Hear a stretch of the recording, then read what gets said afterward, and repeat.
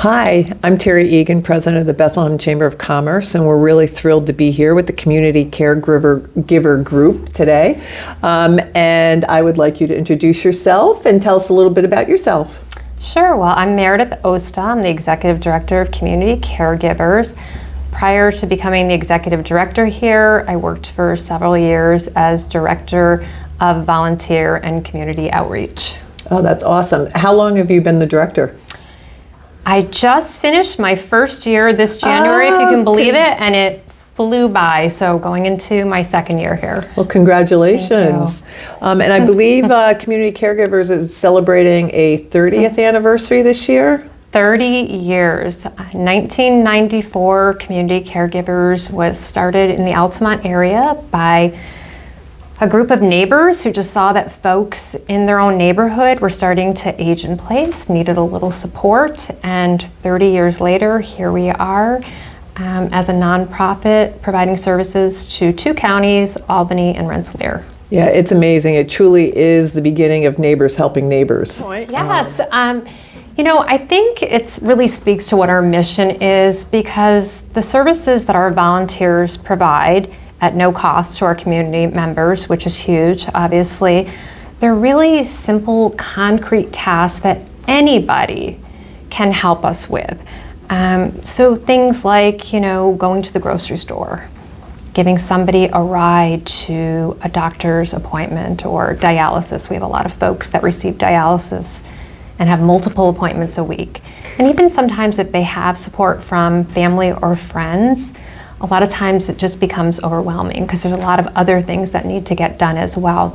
So our volunteers really are just lending a hand just to provide a little support so that people can continue to live in their own homes and apartments and do it independently and with dignity and respect. There was a statistic I saw that over the last 5 years, your dedicated core of volunteers have provided nearly 17,658 hours of service to over 1,100 clients. I mean, that is astounding. How do you do it? How big is your volunteer corps? Well, we have approximately 200 volunteers, and at any given time during the year, we really have probably about 50 to 60 volunteers who are active within a month. So sometimes that can be the same person providing services each month.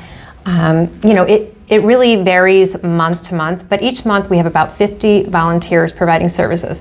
I will tell you though, last year in 2023, our volunteers provided over 7,500 services. Oh my gosh. And that really is, that really is huge when you think about, though, the number of volunteers we have in our service areas.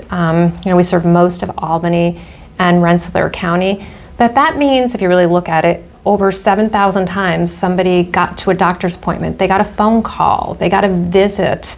Maybe they were homebound and that was their only type of socialization for a week. And I think what our volunteers, they tell us time and time again is that, and I know this sounds cliched and we hear it all the time, but they get so much more back than they're giving and what they're doing.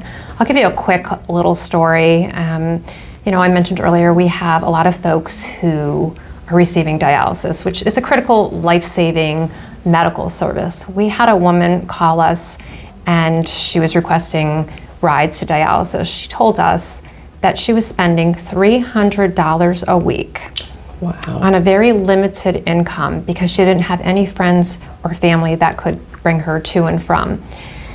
So for us to be able to step in and to help get her there, relieve some of that financial burden from her, but even beyond that, she knows that she's got a safe, reliable, cheerful person coming to pick her up, get her to an appointment, and also bring her home. It just has such an impact just on the overall quality of the lives of the folks that we serve. I think you raised an important point, and I want to make sure that everyone that's listening, there's no cost to the clientele that you're serving. Is that correct? That is correct. There's no cost to any client for any of the services, transportation, grocery shopping. We are a nonprofit organization, so we do lots of fundraising. We welcome donations from the community. And of course, we're always out there, applying for grants. And we do have some work within different county contracts as well. But I think that's really what makes us unique, because there are other services available, but unfortunately, some of our folks just can't afford the fee. Let me ask too again, this is only possible because of this incredible core of volunteers that you have. If someone was interested in volunteering, how would they do that? So if someone was interested in becoming a volunteer, they could give us a call right at our office. They can email us at info@communitycaregivers.org. Take a look at our website, communitycaregivers.org, and we have information about the process and how to get started. That's great. And I know just before we started here, we were talking about one of the important services that you have been offering but would really like to highlight, and I think it goes to the respite care piece.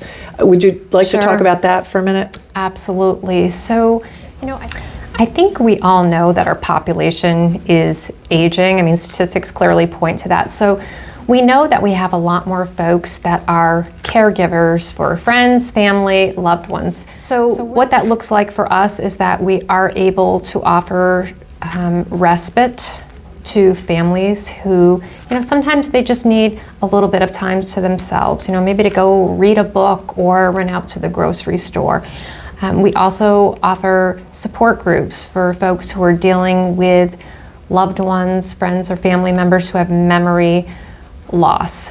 So we offer those groups twice a month. We're really looking to provide support to the folks that are just giving the ongoing 24/7 support to those folks that are trying to age in place. Yeah, everything that you read now too with the escalating costs of medical care, and certainly you get into nursing home care, memory care, the thought of being able to allow people to continue to age gracefully and respectfully in their homes is such a huge asset and benefit. But I don't know how we do it without continued groups like yours.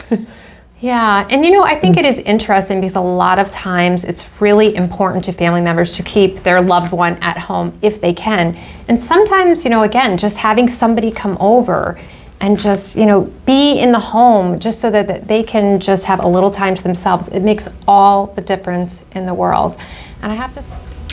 So we here at the Chamber are so thrilled to have you not only as a member of our Chamber, but for us to be able to assist you in so many of the things that you do. And we really look forward to that arrangement going forward, and really excited to provide and help assist you provide a care that is so necessary in our communities. So thank you so much, Meredith, for today. And is there anything else you would like to add? Yeah, I would just like to say thank you for the opportunity to partner with the Chamber. Certainly anything that we can do to highlight the need for volunteers in this space, and also to talk about the services we provide to folks in the community, we're happy to do so, and we're happy again to partner with the Bethlehem Chamber. Great. Thank you so much. Thank you. Thank you.